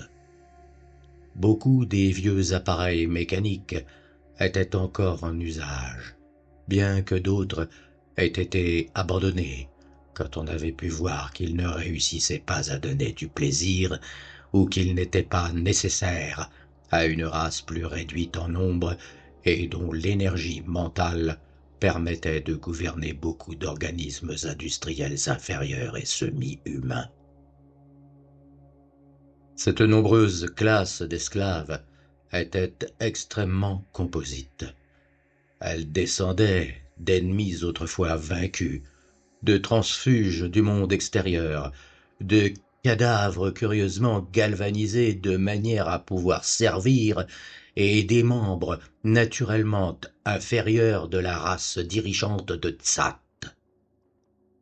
Le type du dirigeant lui-même était devenu nettement supérieur grâce à des croisements sélectionnés et à une évolution sociale. La nation, ayant traversé une période de démocratie industrielle idéaliste qui donnait à tous des possibilités égales et ainsi, en amenant au pouvoir ceux qui étaient naturellement intelligents, drainait les masses de toute leur force vitale. L'industrie, considérée comme fondamentalement futile, sauf pour la satisfaction des besoins essentiels et l'assouvissement des désirs auxquels on ne peut se soustraire, était devenue très simple. Le confort physique était assuré grâce à une mécanisation urbaine suivant un plan standardisé et aisément suivi, et les autres besoins élémentaires étaient satisfaits par l'agriculture scientifique et l'élevage du bétail. Les grands voyages avaient été abandonnés. Les gens étaient revenus aux bêtes à cornes, à moitié humaines, au lieu de conserver cette profusion d'engins de transport en or, argent et acier qui, à une certaine époque, avaient sillonné la terre, les eaux et les airs. Zamakona avait peine à croire que de telles choses aient jamais existé ailleurs que dans les rêves, mais on lui dit qu'il pouvait en voir des spécimens dans les musées. Il pourrait également voir les ruines d'autres dispositifs magiques importants à une journée de voyage de là, dans la vallée de Nona, dans laquelle la race s'était répandue pendant la période de surpopulation. Les villes et les temples de cette plaine, qui s'étendaient sous ses yeux, étaient d'une époque beaucoup plus reculée, et lorsque les hommes de Tsat accédèrent à la suprématie, ils n'étaient plus que des sanctuaires religieux et des musées d'antiquité. Tzat était une sorte d'état communautaire ou semi-anarchique. La coutume, plutôt que la loi, régissait la façon dont les choses devaient jour après jour s'organiser. Cela était rendu possible par l'expérience séculaire et l'ennui paralysant de cette race dont les désirs et les besoins étaient limités aux désirs et besoins physiques fondamentaux et aux sensations nouvelles. Une tolérance séculaire, qui n'avait pas encore été minée par une réaction croissante, avait aboli toutes les illusions sur les valeurs et les principes, et rien n'était recherché ni attendu qu'une observation aussi fidèle que possible de la coutume. Tout ce qu'on voulait obtenir, c'était que les empiétements mutuels de ceux qui recherchaient le plaisir ne paralysent pas la vie de la communauté. L'organisation par famille avait été supprimée depuis longtemps. La distinction entre les sexes, au point de vue civil et social, avait disparu.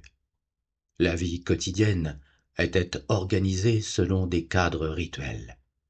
L'ivresse, la torture des esclaves, le rêve éveillé, les orgies gastronomiques et émotionnelles, les exercices religieux, les expériences de dépaysement, les discussions artistiques et philosophiques, et ainsi de suite, en constituaient les principales occupations.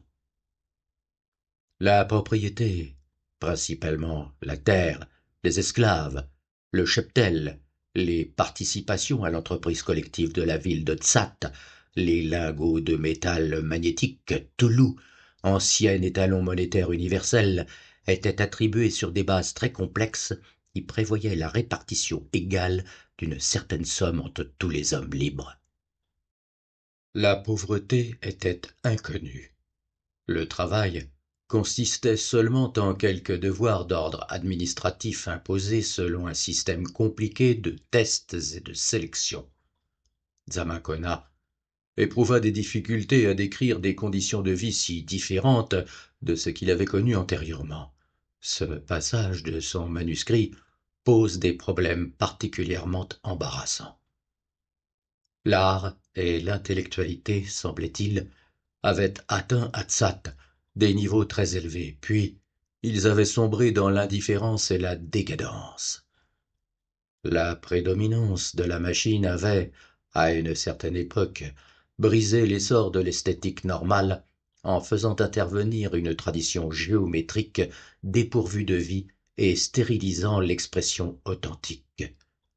Cette tendance ne tarda pas à être dépassée, mais elle avait laissé son empreinte sur toutes les tentatives d'ordre pictural ou décoratif, si bien qu'à l'exception des figurations religieuses conventionnelles, il n'y avait que peu de profondeur ou de sentiment dans n'importe quelle œuvre récente.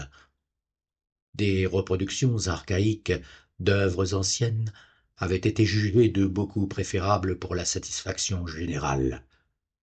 La littérature était hautement individuelle et analytique, au point d'être totalement incompréhensible pour Dzamakona. La science avait été profonde et précise. Elle embrassait tout, à l'exception de la seule astronomie. En dernier lieu, cependant, elle se désagrégeait. Les gens trouvaient en effet de plus en plus inutile de surmener leur esprit pour se rappeler d'affolantes variétés de ses détails et de ses ramifications. On estimait plus raisonnable d'abandonner les plus profondes spéculations et de limiter la philosophie aux formes conventionnelles. La religion éveillait à Tzat un intérêt primordial, bien que très peu de gens aient vraiment cru au surnaturel. Ce qu'on désirait, c'était l'exaltation esthétique et émotionnelle engendrée par les états d'âme mystiques et les rituels sensuels qui entouraient la foi ancestrale si colorée. Les temples du Grand Toulouse, esprit d'harmonie universelle, symbolisé sous l'aspect du dieu à tête de pieuvre qui a amené tous les hommes des étoiles, étaient les édifices les plus riches de Knyan, tandis que les sanctuaires mystérieux de Yig, le principe vital, symbolisé comme étant le père de tous les serpents, était presque aussi riche et remarquable. Le moment venu, Dzamakona en apprit beaucoup sur les orgies et les sacrifices ayant un lien avec cette religion, mais paraissait pieusement réticent à les décrire dans son manuscrit. Pour sa part, il n'avait jamais pris part à aucune de ces cérémonies, sauf à celles qu'il avait prises par erreur pour des perversions de sa propre foi. Et il ne perdit jamais une occasion d'essayer de convertir le peuple à cette foi de la croix que les Espagnols espéraient rendre universelle. Dans la religion contemporaine de l'apogée de Tzat, il dominait une vénération renaissante et presque authentique pour le métal Toulouse, rare, sacré, cette substance sombre, brillante, magnétique, qu'on ne trouvait nulle part dans la nature, mais qui avait toujours été présente à côté des hommes sous la forme d'idoles et d'accessoires hiératiques. Depuis les temps les plus reculés, le simple fait de le voir pur de tout alliage avait inspiré le respect, tandis que toutes les archives sacrées et les litanies étaient conservées dans des tubes faits de cette matière sous la forme la plus pure. À présent, tandis que l'esprit critique analytique s'émoussait du fait qu'on négligeait la science et l'intellectualité, le peuple se mettait à tisser de nouveau autour de ce métal la même trame de superstition mêlée de terreur qui avait existé dans les temps très anciens. Une autre fonction de la religion, c'était le contrôle du calendrier, produit d'une époque où le temps et la vitesse étaient considérés comme des fétiches essentiels dans la vie émotionnelle de l'homme. Des périodes où la veille alternait avec le sommeil, périodes abrégées ou interverties suivant l'humeur et la commodité, et rythmées par les battements de queue du grand Yig, le serpent, correspondaient très approximativement aux jours et aux nuits terrestres, bien que les sensations éprouvées par Dzamakona lui aient fait comprendre qu'ils auraient dû, en réalité, être 2 fois plus longs. L'année, mesurée par le changement périodique de peau de Yig, était égale à environ 1 an et demi du monde extérieur. Quand il rédigea son manuscrit, Dzamakona se croyait en parfaite possession du mécanisme de ce calendrier, d'où la confiance avec laquelle il indiquait la date de 1545. Mais rien ne permet de savoir, d'après ce moment, si sa confiance était pleinement justifiée. Tandis que le porte-parole du détachement de Tzat recueillait ses renseignements, Dzamakona sentait croître sa répulsion et son inquiétude. Ce n'était pas seulement ce qui se disait, mais l'étrange façon de le dire par télépathie et le fait de laisser entendre clairement que le retour dans le monde extérieur serait impossible qui faisait regretter à l'Espagnol d'être descendu dans cette région de magie, d'anomalie et de décadence. Mais il savait que la seule politique à adopter était celle qui consistait à accepter de bon cœur et, par conséquent, à décider de coopérer à tous les projets de ses visiteurs et de leur fournir tous les renseignements qu'ils pourraient désirer. Eux, de leur côté, étaient fascinés par les documents sur le monde extérieur qu'ils s'apprêtaient, en hésitant, à leur communiquer. C'était, en réalité, le premier contingent de renseignements dignes de foi sur la surface de la Terre qu'ils obtenaient depuis l'époque vieille de siècles et de siècles, où des réfugiés étaient venus d'Atlantide et de Lémurie, car tous les émissaires postérieurs appartenaient à des groupes restreints et localisés, n'ayant aucune notion du monde en général, Maya, Toltèques et Aztèques, en mettant les choses au mieux, et les tribus tout à fait ignorantes des plaines. Dzamakona était le premier Européen qu'il voyait, et le fait qu'il était jeune, brillant et instruit lui conférait une valeur supplémentaire très importante comme source de connaissances. Les visiteurs du détachement manifestaient, le souffle coupé, tout l'intérêt qu'ils prenaient à ce qu'il réussissait à leur communiquer. Il était clair que son arrivée allait faire beaucoup pour ramener l'intérêt déclinant de Tzat ville fatiguée à l'égard des questions de géographie et d'histoire. La seule chose qui paraissait déplaire aux hommes de Tsat, c'était le fait que des étrangers curieux et aventureux commençaient à affluer dans ces parties du monde supérieur où se trouvent les passages menant à Kniam. Zamacona leur parla de la fondation de la Floride et de la Nouvelle-Espagne et leur expliqua bien clairement qu'une grande partie du monde était agitée par la ferveur de l'aventure et de la découverte. Les Espagnols, les Portugais, les Français et les Anglais. Tôt ou tard, le Mexique et la Floride se réuniraient pour ne former qu'un seul grand empire colonial, et alors il deviendrait difficile de maintenir les nouveaux arrivants dans l'ignorance de ce qu'on racontait sur l'or et l'argent des gouffres.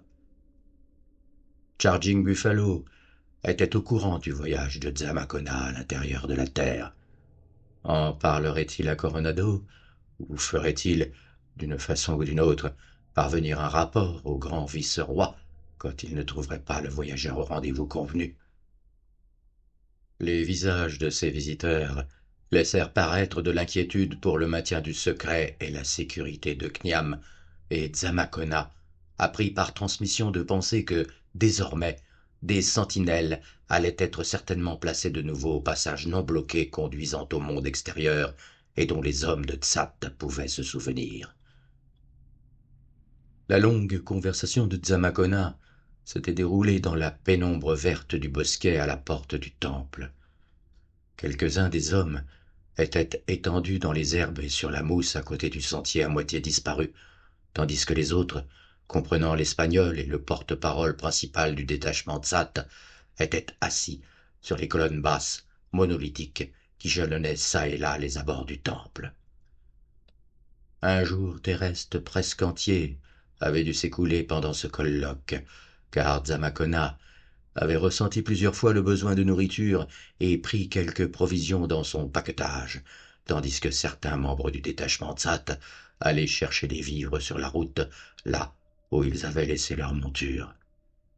À la fin, le chef du détachement interrompit la conversation et indiqua que le moment était venu de regagner la ville.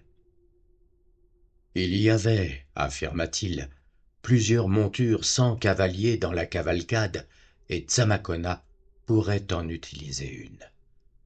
La perspective de monter l'un de ces animaux hybrides peu engageants qui, à en croire la légende, se nourrissait d'une façon si inquiétante et dont la seule vue avait provoqué la panique et la fuite de Charging Buffalo, n'était en aucune façon rassurante pour le voyageur.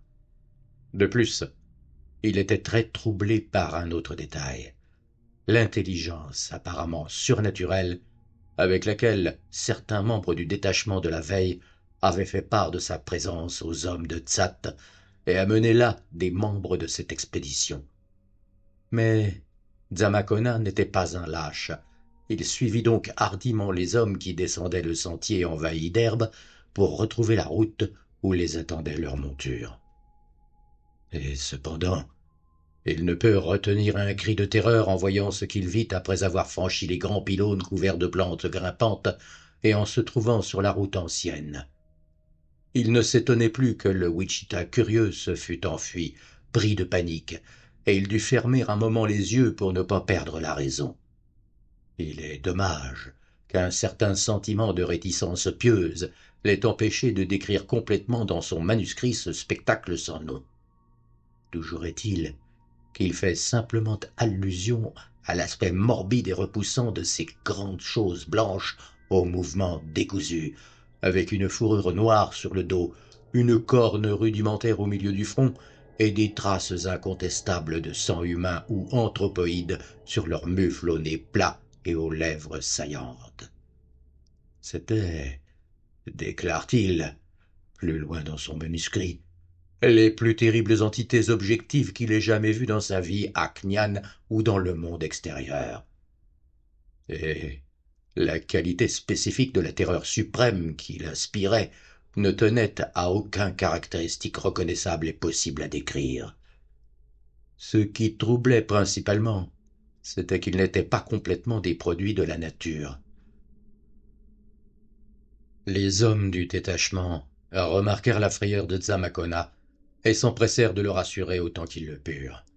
Ces bêtes, ou Giayotn, expliquèrent-ils, étaient certainement de curieuses choses, mais elles étaient en réalité très inoffensives.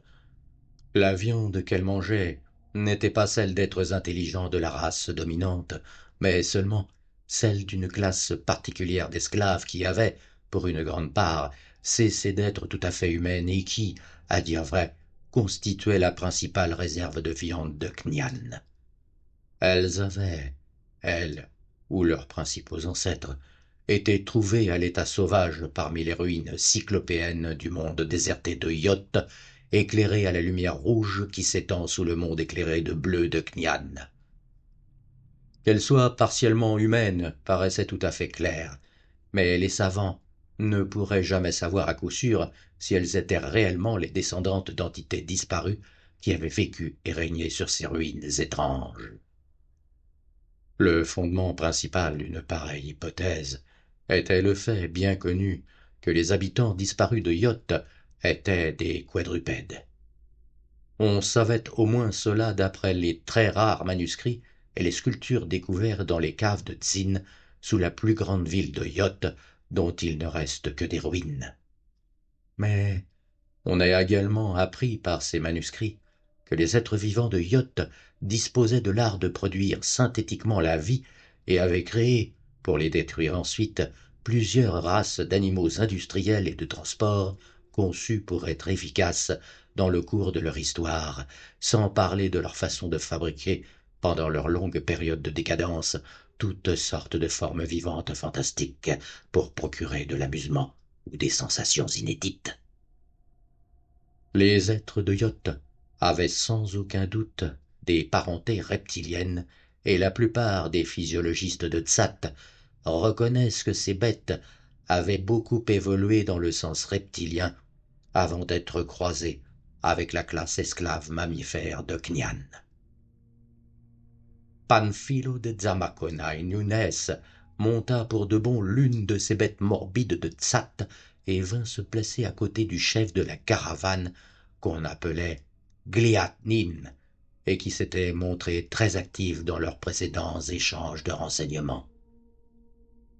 Zamakona confirmait ainsi par son attitude la réputation d'intrépidité de ces Espagnols de la Renaissance qui conquirent la moitié du monde inconnu.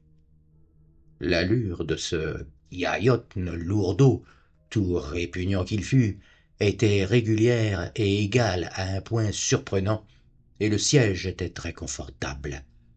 Aucune selle n'était nécessaire, et l'animal semblait n'avoir même pas besoin d'être guidé. Le cortège se déplaçait à vive allure, ne s'arrêtait que dans certaines villes abandonnées et devant des temples que Zamakona était curieux de voir et que Gliat-in était prêt à montrer avec l'obligeance en donnant des explications. Le plus grand de ces villages, Gra, était une merveille d'or finement ouvragé, et Zamakona étudia avec un vif intérêt cette architecture aux curieux ornements. Les monuments avaient une tendance à être élevés et élancés, avec des toits hérissés de nombreux clochetons. Les rues étaient étroites, sinueuses et, par endroits, escarpées d'une manière pittoresque, mais Gliatnin dit que les villes plus récentes de Knian étaient beaucoup plus spacieuses et d'un tracé régulier. Et ces vieilles villes de la plaine présentaient des vestiges de murs rasés, rappelant les temps très anciens où elles avaient été successivement conquises par les armées de Tsat, à présent dispersées. Sur tout le parcours, il n'y eut qu'une chose que Gliatnin ait montrée de sa propre initiative, au prix d'un détour d'environ 1 mille dans un chemin de traverse envahi par les ronces.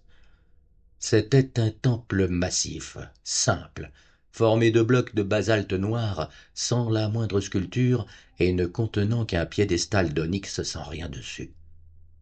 Ce que cet édifice avait de remarquable, c'était son histoire, car il représentait un lien avec un monde antique fabuleux, auprès duquel un vestige Yot, même indéchiffrable, semblait dater de la veille. Il avait été construit à l'imitation de certains temples décrits dans les souterrains de Tsin, pour honorer une très terrifiante idole représentant un crapaud noir découvert dans le monde à la lumière rouge et appelé Tzatogwa dans les manuscrits yotiques. C'était un dieu puissant et largement adoré, et, après son adoption par le peuple de Knyan, il avait donné son nom à la ville qui devint par la suite la plus importante de la région. La légende yotique disait qu'il était originaire d'un mystérieux royaume intérieur situé au-dessous du monde éclairé à la lumière rouge. Un royaume noir, habité par des êtres ayant un système nerveux particulier, car il n'y avait aucune lumière, mais qui avait connu de grandes civilisations et des dieux puissants avant même que les quadrupèdes reptiliens de Yot aient pris naissance. Il y avait à Yot de nombreuses images de Tsatagwa qui, disait-on, étaient toutes venues du royaume intérieur noir et qui, d'après ce que supposaient les archéologues yotiques, représentaient la race de ce royaume éteinte depuis des siècles.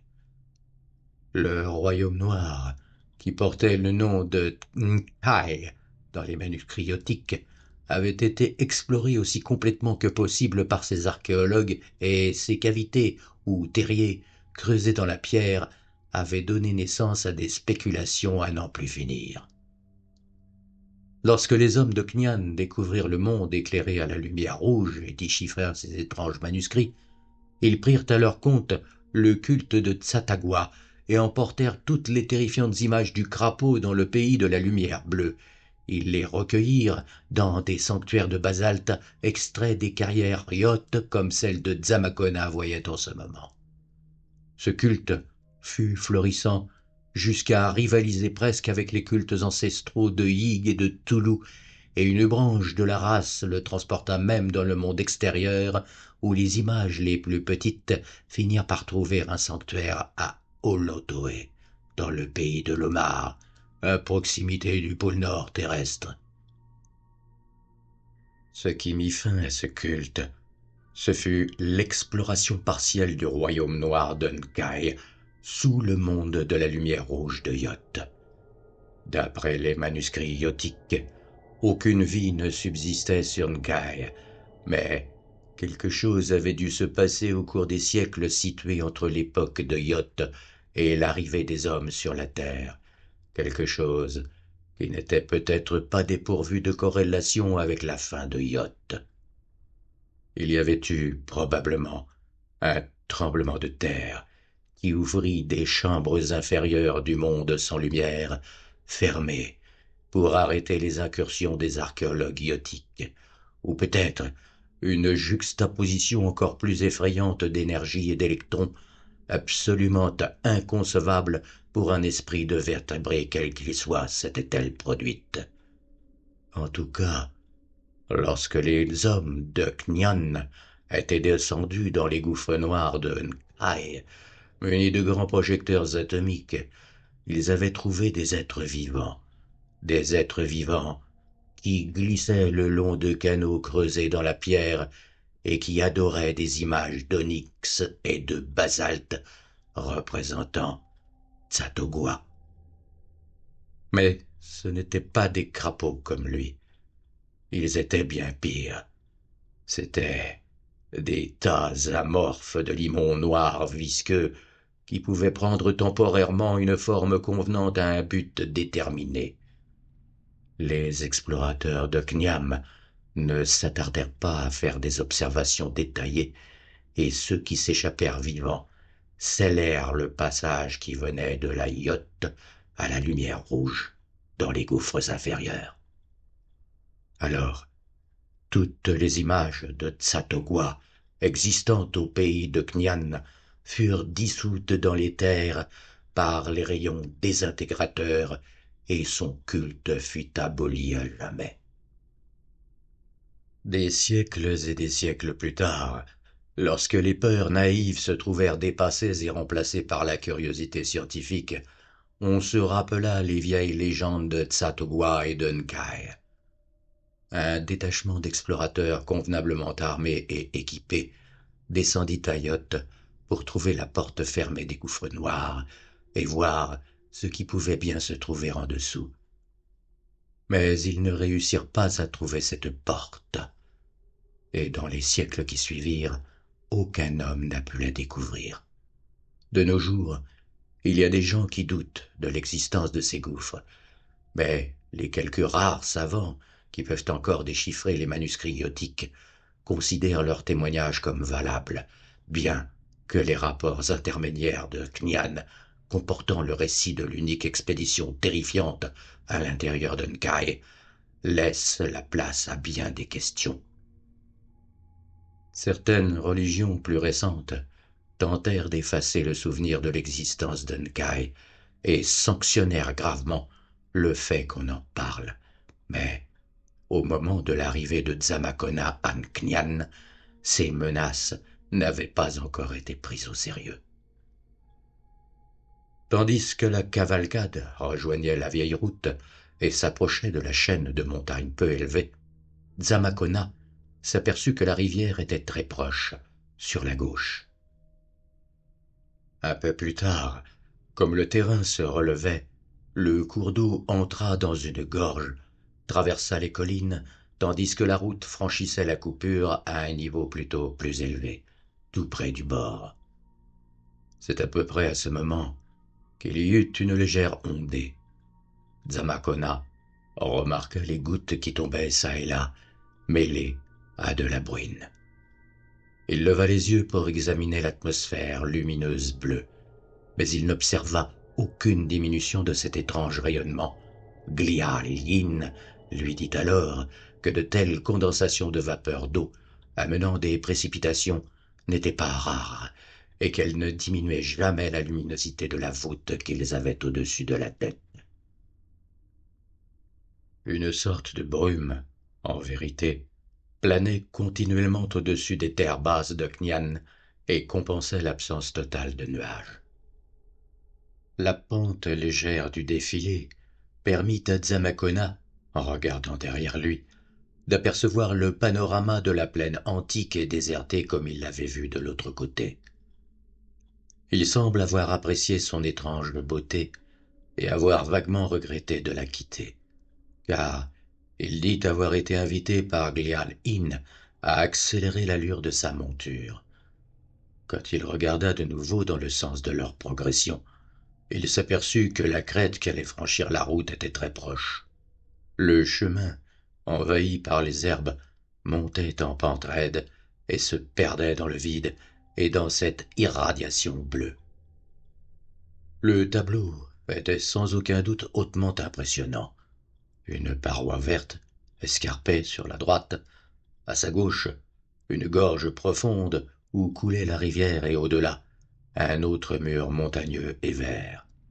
Devant eux, la mer, bouillonnante de coruscations bleuâtres, dans laquelle venait se fondre le sentier qui montait.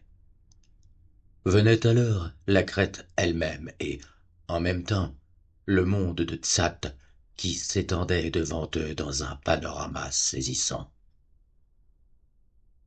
Zamakona retint sa respiration devant cette vaste étendue de paysage habité, car c'était un jaillissement de construction et d'activité qui dépassait tout ce qu'il avait jamais vu et tout ce à quoi il avait pu rêver. La pente descendante de la colline elle-même était parsemée de petites fermes relativement peu serrées les unes contre les autres, avec, par endroits, un temple. Mais, au-delà, s'étendait une immense plaine recouverte d'un damier de terrains cultivés, irriguée par des canaux étroits que le fleuve alimentait et traversée par de larges routes tracées avec une rigueur géométrique, pavées de blocs d'or et de basalte. De grands câbles d'argent, supportés par des piliers d'or, reliaient les immeubles bas, isolés, et les groupes de maisons s'élevant çà et là, tandis qu'en certains endroits, on pouvait voir des rangées de piliers en partie écroulés et ne supportant plus aucun câble. Une certaine agitation montrait qu'on était en train de labourer les champs, et en quelque endroit, Zamakona vit que les hommes faisaient tirer leurs charrues par ces quadrupède répugnant, à moitié humain. En elle-même, la ville de Tsat était un réseau de rues étranges et antiques. En dépit d'une sensation grandissante d'horreur et de dépaysement, Zamakona fut captivé par ces suggestions de mystère et de merveilles cosmiques. On établit pour le visiteur un programme quotidien qui prévoyait une répartition judicieuse du temps entre différents genres d'activités. Panfilo de Zamakona y Núñez partagea ainsi pendant 4 ans la vie de la sinistre cité de Tsat dans le monde inférieur de Kniam et sa lumière bleue. Tout ce qu'il apprit, vit et fit, n'est pas, cela est clair, rapporté dans son manuscrit, car il était paralysé par une pieuse réticence quand il se mettait à écrire dans sa langue maternelle, l'espagnol, et il n'osait pas tout consigner. Plus il restait, plus il avait envie de s'en aller, car la vie intérieure de Knian était fondée sur des impulsions qui se trouvaient clairement en dehors de son rayon d'action. Cependant, tous ses efforts pour s'en aller n'aboutirent à rien. La persuasion était inopérante. Au cours d'une année, qu'il situe comme étant 1543, Zamakona fit une véritable tentative pour s'échapper à travers le tunnel par lequel il était entré dans Kniam, mais après un voyage épuisant à travers la plaine déserte, il rencontra dans le passage obscur des forces qui le découragèrent de faire de nouvelles tentatives dans cette direction. Dans le but d'entretenir son espérance et de garder présente à l'esprit l'image de son pays, il commença vers cette époque à faire des copies rudimentaires du manuscrit relatant ses aventures. Il se plaisait à transcrire les vieux mots espagnols tant aimés et les lettres de l'alphabet romain qui lui étaient si familières. Il s'imaginait qu'il pourrait, d'une façon ou d'une autre, faire passer le manuscrit dans le monde extérieur. Mais, même en dressant ses plans, il n'avait réellement pas grand espoir d'établir jamais le contact avec la surface de la Terre. Chacun des passages connus, il le savait, était gardé par des forces auxquelles il valait mieux ne pas s'opposer. Au cours de l'année 1545, ou de l'année qu'il considérait comme telle, Zamakona entama ce qu'on peut très bien considérer comme ses tentatives pour quitter Knian. La nouvelle occasion qui se présentait avait une origine inattendue. Une femme. Sur cet être du sexe féminin, une noble, d'une beauté très moyenne et d'une intelligence tout au plus quelconque, et qui s'appelait Tlayoub, Zamakona prit le plus extraordinaire ascendant. Il finit par la convaincre qu'elle devait l'aider à s'échapper, en lui promettant qu'elle pourrait l'accompagner. L'expédition elle-même est évoquée dans l'additif au manuscrit de Zamakona, écrit plus tard, et d'une écriture qui présente des signes de tension nerveuse. L'expédition fut montée avec les plus grandes précautions.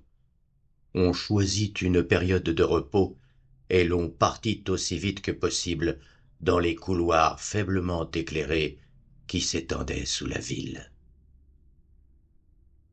Ce fut un travail de cauchemar de fouiller à la lueur des torches à rayons bleus vers le haut, vers le bas, en avant, au-dessus, à travers un tunnel humide, resserré, qui n'avait été foulé par aucun pied depuis des siècles avant la submersion de l'Atlantide. Un couloir s'ouvrait sur une prodigieuse salle circulaire, voûtée, construite par l'homme, entièrement recouverte d'horribles sculptures et laissant apparaître à l'autre bout un passage, également voûté, menant au pied d'un escalier. Tlayoub savait, d'après les récits de famille, que cet escalier devait être très proche de la surface de la terre, mais Elle n'aurait pas pu dire jusqu'à quel point. Ils installèrent leur campement dans le monde souterrain. C'est certainement plusieurs heures plus tard que le cliquetis métallique et le bruit de pas des animaux réveillèrent Zamakona et Tlayoub. Une lueur bleuâtre se répandait, venant de l'étroit passage entre les statues de Hig et de Toulou, et en un instant, la vérité leur sauta aux yeux. L'alarme avait été donnée à Tzat. Zamakona et Tlayoub furent jugés par 3 gniamnes du tribunal suprême dans le palais de cuivre et d'or, derrière le parc aux jardins et aux fontaines. On rendit à l'Espagnol sa liberté, à cause des renseignements d'importance vitale sur le monde extérieur qu'il avait encore à communiquer. Tlayoub connut un sort moins heureux. Il n'y avait aucune raison de la garder. Son ascendance tzatique donnait à son geste le caractère d'une trahison plus grave que cela n'avait été le cas pour Zamakona. On la livra donc aux curieuses distractions qui se déroulaient dans l'arène. Et ensuite, sous une forme plus ou moins mutilée et à demi dématérialisée, on en ferait une imbi ou un cadavre esclave animé. Elle ferait partie des sentinelles gardant le passage dont elle avait dévoilé l'existence. Bien que d'une manière indirecte, une chose apparaissait clairement à Zamakona. En ce qui le concernait, la sanction d'une nouvelle tentative d'évasion serait son affection à une porte comme sentinelle, mais sous la forme d'esclaves morts vivants.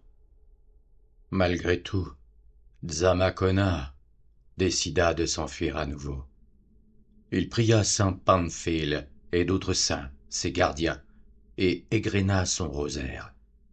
La dernière phrase portée dans son manuscrit qui, vers la fin, prend de plus en plus la forme d'un journal, est simplement celle-ci. Es más tarde de lo que pensaba, tengo que marcharme. Il est plus tard que je ne le crois. Je dois partir. Ensuite, il n'y a plus que le silence et les conjectures.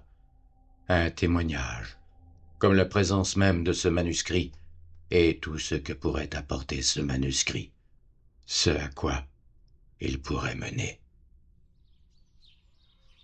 Quand je levai les yeux, après avoir, à moitié stupéfait, terminé ma lecture et achevé de prendre mes notes, le soleil matinal était déjà haut dans le ciel. L'ampoule électrique brûlait toujours, mais mon esprit tourbillonnait et était loin du monde réel, du monde extérieur moderne. J'étais, je le savais, dans ma chambre, chez Clyde Compton, à Binger. Mais sur quels aperçus monstrueux étais-je tombé? Était-ce une supercherie ou la chronique d'un cas de folie? Si c'était une supercherie, datait-elle du XVIe siècle ou d'aujourd'hui? À mes yeux, qui n'étaient pas complètement dépourvus d'expérience, la date du manuscrit paraissait authentique. Quant au problème posé par cet étrange cylindre de métal, je n'osais même pas y penser. En descendant prendre mon petit déjeuner, je ne savais que dire à Compton et à sa mère aussi bien qu'aux curieux qui commençaient déjà à me rendre visite. Toujours dans le brouillard, je tranchais le nœud gorgien, en leur donnant quelque aperçu d'après les notes que j'avais prises, et en balbutiant quelques mots desquels il ressortait que je considérais cette chose comme un faux subtil et ingénieux, déposé là par quelque explorateur du théâtre. Quand j'eus donné connaissance de l'essentiel du manuscrit, tout le monde parut partager cette opinion. Il était curieux de constater comme l'atmosphère devint plus sereine dès l'instant où l'on a pu penser que quelqu'un avait fait une blague à une autre personne. Cela était vrai de tout le petit groupe assistant à ce petit déjeuner comme de tous les gens de Binger à qui la discussion fut rapportée. Nous avons tous provisoirement oublié que l'histoire connue et récente du tertre contenait des mystères aussi étranges que tout ce que pouvait contenir le manuscrit et toujours aussi éloignés d'une solution acceptable. Lorsque je demandai des volontaires pour m'accompagner dans une nouvelle visite du tertre, ce fut le retour des craintes et des hésitations. J'aurais voulu une importante équipe de fouilles, mais l'idée de se rendre dans cet endroit peu encourageant ne paraissait pas exciter la population de Binger plus que la veille. Je sentais pour ma part monter en moi comme une horreur en regardant le tertre et la tâche mobile qui était, je le savais à présent, la sentinelle de jour, car, en dépit de tout mon scepticisme, je ne pouvais me débarrasser des choses morbides que contenait le manuscrit. Elle donnait à tout ce qui avait un rapport avec cet endroit une signification nouvelle et monstrueuse. Je ne pus absolument pas me décider à regarder dans mes jumelles la tâche mobile. Par contre, je me mis en route avec une sorte de bravoure que l'on a dans les cauchemars lorsque, sachant que l'on rêve, on plonge désespérément dans des horreurs encore plus denses pour en finir le plus vite possible. Ma pioche et ma pelle étaient restées là-bas. Je n'avais donc à prendre que mon sac et quelques menus objets. Je mis dans mon sac l'étrange cylindre et son contenu, sentant vaguement que je pourrais peut-être trouver quelque chose qui mérite d'être comparé avec un passage quelconque du texte espagnol en lettres vertes. Même une adroite mystification peut être fondée sur une caractéristique exacte du tertre qu'un précédent explorateur aurait découverte, et ce métal magnétique était diablement étrange. Le mystérieux talisman d'aigle gris pendait toujours à mon cou, retenu par son lacet de cuir. En marchant vers le tertre, je ne le regardais pas très attentivement, mais quand je l'atteignis, personne n'était en vue. En recommençant mon escalade de la veille, j'étais troublé par la pensée de ce qui pouvait se trouver près de moi si, par miracle, une partie quelconque du manuscrit était seulement à moitié vraie. Dans ce cas, ne pouvais-je m'empêcher de me dire, l'hypothétique espagnol Zamacona devait avoir à peine atteint le monde extérieur qu'il avait subi quelques désastres, peut-être une rematérialisation involontaire. Dans ce cas, il devait avoir été saisi par la sentinelle, quelle qu'elle fût, qui se trouvait de service à ce moment-là, ou bien l'homme libre déchu, ou bien, ironie suprême, Tlayoub elle-même, celle qui avait préparé sa première tentative d'évasion, et l'y avait aidé. Et dans la lutte qui avait suivi, le cylindre contenant le manuscrit pouvait très bien être tombé sur le sommet du tertre, avoir été oublié, s'être ensuite enterré peu à peu pour rester là pendant près de 4 siècles. Mais, ajoutai-je, en franchissant la crête, on ne doit pas penser à des choses aussi extravagantes. Cependant, s'il y avait vraiment quelque chose de vrai dans l'histoire, quel destin monstrueux que celui vers lequel Zamacona avait été entraîné. L'amphithéâtre, la mutilation, une tâche à accomplir quelque part dans ce tunnel humide, couvert de salpêtre, comme mort vivant. Un fragment mutilé de cadavre agissant comme une sentinelle intérieure automatique. C'est un choc réel qui chassa de ma tête cette spéculation morbide, car, en promenant un regard circulaire sur le sommet elliptique, je m'aperçus aussitôt que ma pioche et ma pelle m'avaient été dérobées. Ces réticences étaient-elles feintes, et tous les plaisantins du village s'étaient-ils gaussés à l'avance de ma déconvenue en me voyant partir 10 minutes auparavant? Je pris mes jumelles et explorai la foule de badauds rassemblés à la lisière du village.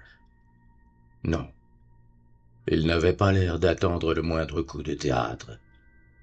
Cependant, Toute l'affaire n'était-elle pas, au fond, une plaisanterie colossale à laquelle étaient mêlés tous les gens du village et de la réserve, légendes, manuscrits, cylindres et tout. Je pensais aussi au comportement du vieil aigle gris, aux discours et aux expressions de physionomie de Compton et de sa mère, à la terreur de la plupart des gens de Binger, à laquelle il était impossible de se tromper. Dans l'ensemble, cela pouvait être difficilement une mystification à la dimension du village. La peur et le problème étaient sûrement réels, mais il devait évidemment y avoir à Binger un ou deux diables audacieux et blagueurs qui s'étaient rendus subrepticement sur le tertre et qui s'étaient enfuis en emportant mes outils. Tout le reste, sur le tertre, était dans l'état où je l'avais laissé. Le talisman que je portais autour du cou paraissait se balancer étrangement au gré de la brise, non pas dans une seule direction, comme lorsqu'il avait été attiré par le cylindre enfoui, mais vaguement, d'une manière incohérente, tout à fait incompréhensible. Alors, sans que rien ne le laisse prévoir, la terre noire entremêlée de racines qui se trouvaient sous mes pieds se mit à s'effondrer en craquant et en même temps, j'entendais, loin au-dessous de moi, un bruit léger de choses qui s'infiltraient et qui tombaient. Le vent, ou les forces, ou les mains qui m'empêchaient d'avancer, semblaient à présent agir depuis l'endroit même où se produisait cet effondrement, et j'avais l'impression qu'ils m'aidaient en me poussant, tandis que je m'écartais du trou pour éviter d'être entraîné dans un éboulement. Il fut assez difficile de descendre les premières marches, tant à cause de la terre éboulée qui les recouvrait, qu'en raison d'un curieux courant d'air arrivant d'en dessous. Le talisman que j'avais autour du cou se balançait étrangement, et je commençais à explorer la disparition du carré de lumière du chou.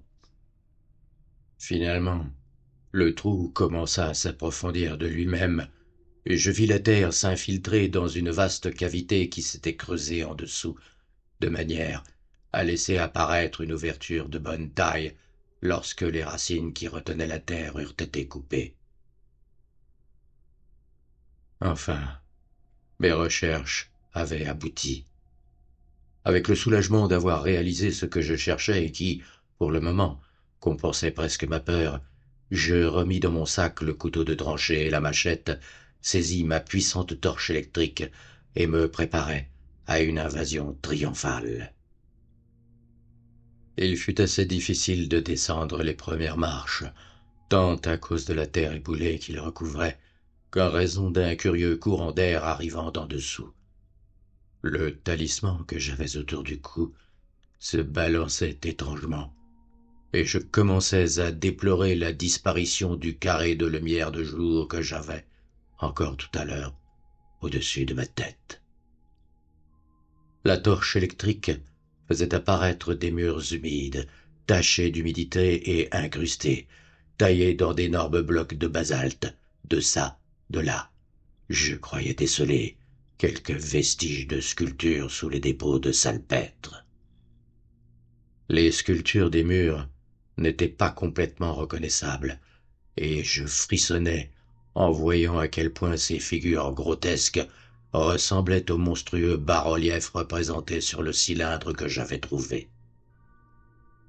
Les vents et les forces contraires continuaient à se déchaîner contre moi dans de mauvaises intentions. À un ou deux tournants, je m'imaginais à moitié voir apparaître à la lueur des torches des formes minces et transparentes qui n'étaient pas tellement différentes de la sentinelle que mes jumelles m'avaient permis d'apercevoir. Quand j'eus atteint ce niveau de chaos visuel, je m'arrêtai un moment pour me ressaisir.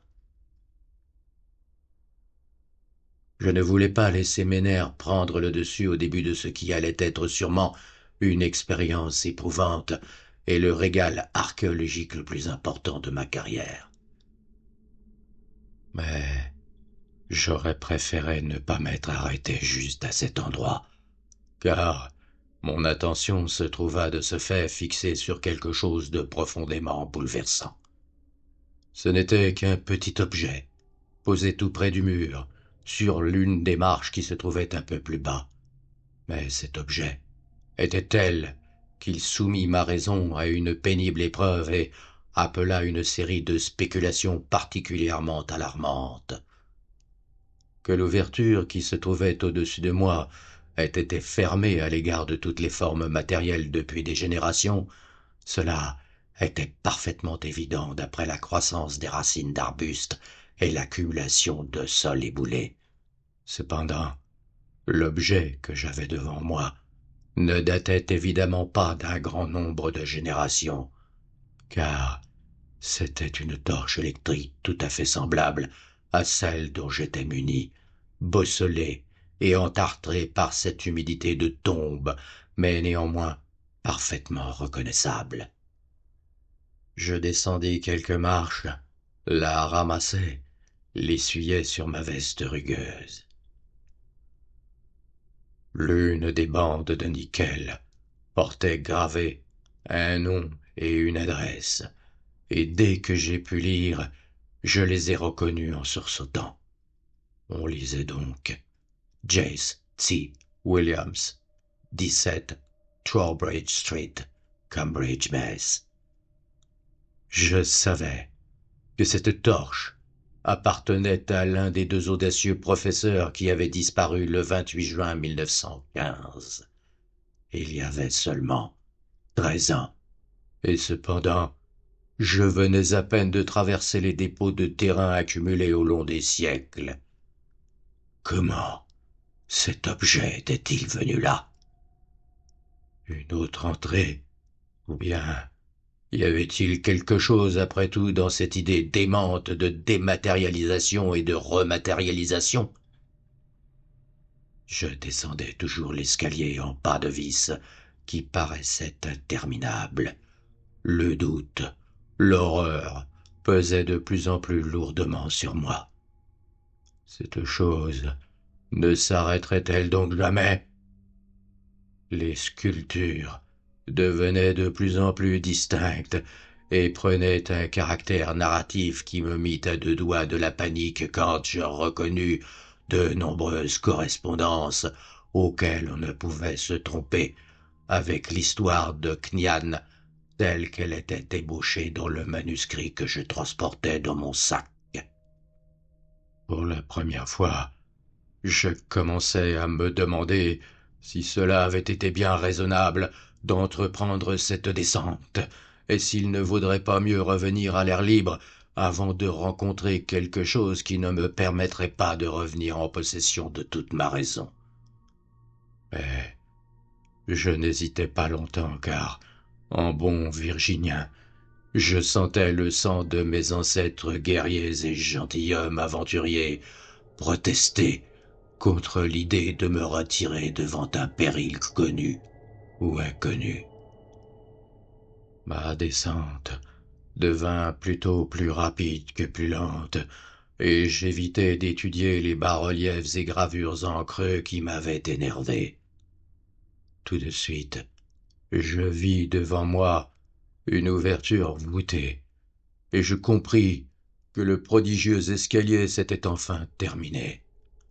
Mais, tandis que je m'en apercevais, je sentais monter en moi une horreur grandissante, car il y avait sous mes yeux, béante, une vaste crypte voûtée, dont l'aspect ne m'était à présent que trop familier. Un vaste espace circulaire, répondant jusque dans les moindres détails à la salle, aux parois recouvertes de sculptures que Zamacona décrit dans son manuscrit. Démons et merveilles, Michael Darjoy.